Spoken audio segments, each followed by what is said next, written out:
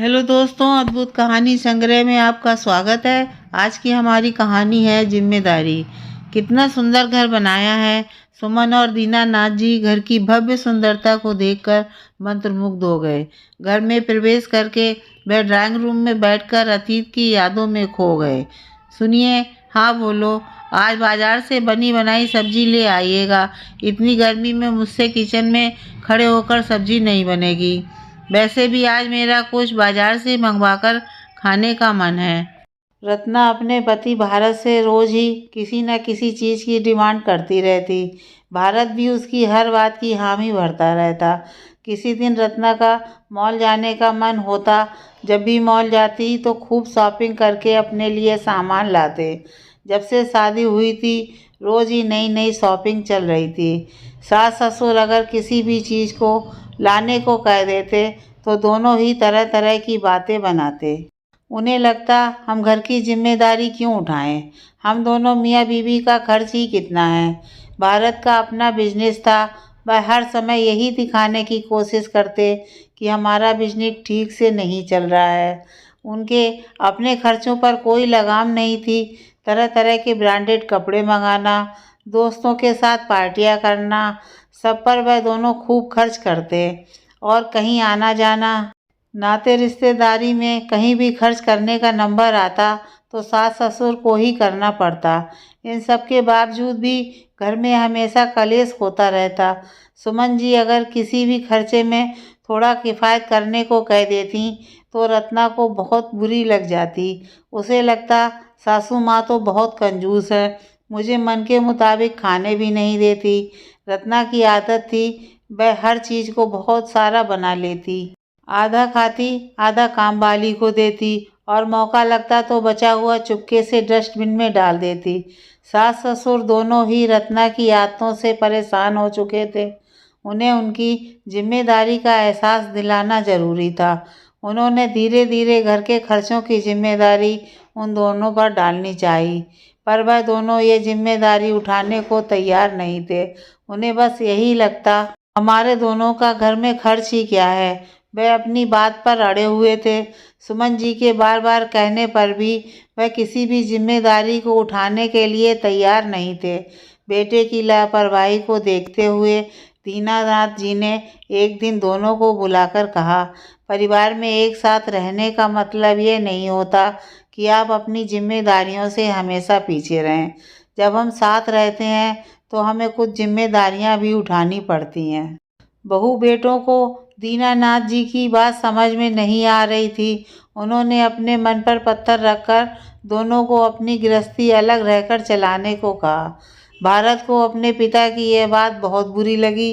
दीनानाथ जी की बात को ना समझते हुए भारत और रत्ना ने अलग रहने का फैसला कर लिया। उन दोनों ने सोचा जब हमें सारी जिम्मेदारी ही उठानी है तो हम अलग ही क्यों ना रहें। वह दोनों अलग घर लेकर रहने लगे। दीनानाथ जी को उनकी बहुत चिंता होती। वह ये सोचते पता नहीं भारत का बिजनेस कैसा चल रहा है, कैसे वह अपना घर चला पाएगा। दिन भर वह इसी चिंता में बैठे सोचते रहते। बेटे की मदद करना चाहते थे लेकिन उसे सबक सिखाना भी ज़रूरी था। अगर वह उसे ये सबक नहीं सिखाते तो भारत आगे आने वाली परिस्थितियों में अपने आप को कैसे तैयार करता। भारत और रत्ना अपना घर छोड़कर किराए के मकान में रहने लगे। वह दोनों गुस्से में घर से निकल तो आए, मगर अब उन्हें समझ आ रहा था कि घर गृहस्थी को चलाना इतना आसान नहीं होता। बहुत सारी जिम्मेदारियां होती हैं जिन्हें उठाना पड़ता है। अब रत्ना गृहस्थी की एक एक चीज़ को जोड़ने की कोशिश करने लगी। भारत भी पहले से ज़्यादा मेहनत करता। थोड़े दिन तो उन दोनों को अलग रहकर अच्छा लग रहा था। फिर धीरे धीरे रत्ना को भी एहसास होने लगा घर में भी कुछ जिम्मेदारियां होती हैं जिन्हें हमें पूरा करना होता है। जब हम परिवार के साथ रहते हैं तो हम बस यही सोचते रहते हैं कि हम क्यों करें। गृहस्थी में बहुत खर्चे होते हैं। जब हम साथ रहते हैं तो पता नहीं चलता, जब हमें खुद उठाने पड़ते हैं तब हमें पता चलता है कि उन खर्चों को पूरा करने के लिए कितने पैसों की ज़रूरत होती है।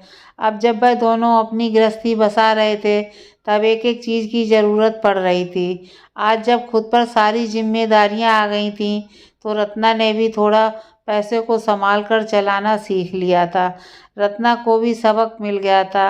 वह अपने ज़रूरी शौक ही पूरे करती।